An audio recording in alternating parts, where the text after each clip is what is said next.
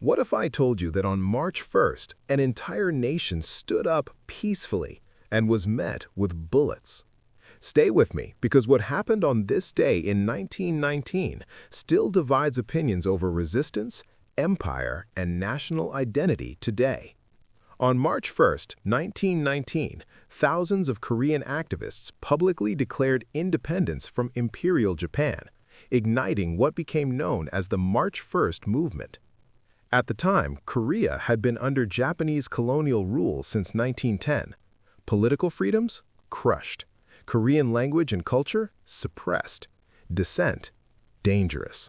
So on this day, 33 Korean leaders signed and read a formal Declaration of Independence in Seoul. Peaceful, organized, bold. And then it exploded. The declaration wasn't just symbolic. Words spread like wildfire. Within weeks, over 2 million Koreans participated in demonstrations across the country. Think about that.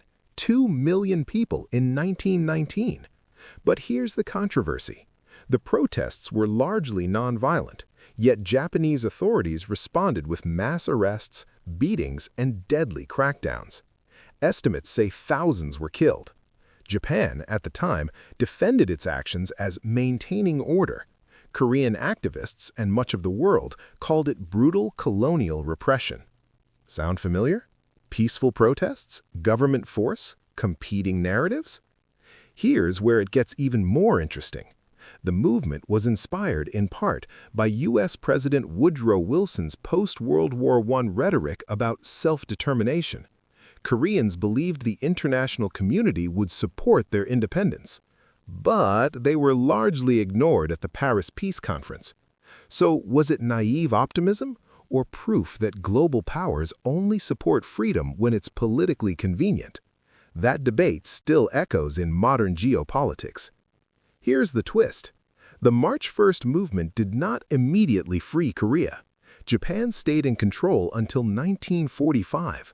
So critics at the time argued it was reckless and dangerous, provoking harsher repression without results.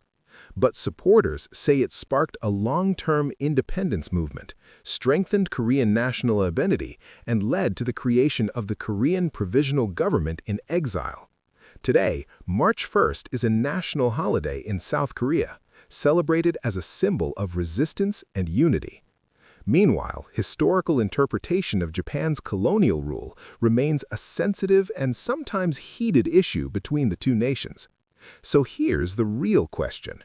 Was March 1st a failed uprising, or the moral spark that made independence inevitable? In today's world, where debates rage over protest movements, colonial history, reparations, and national memory, the events of March 1st hit differently. It raises uncomfortable questions. When does protest become justified? When does maintaining order become oppression? And who gets to write history? Were the March 1st protesters heroes, or did they risk lives for a symbolic gesture? Comment your take below. I want to see your perspective. If this shocked you, hit like. Subscribe for daily on this day historical controversies. And share this with someone who thinks history is boring, because clearly it's not.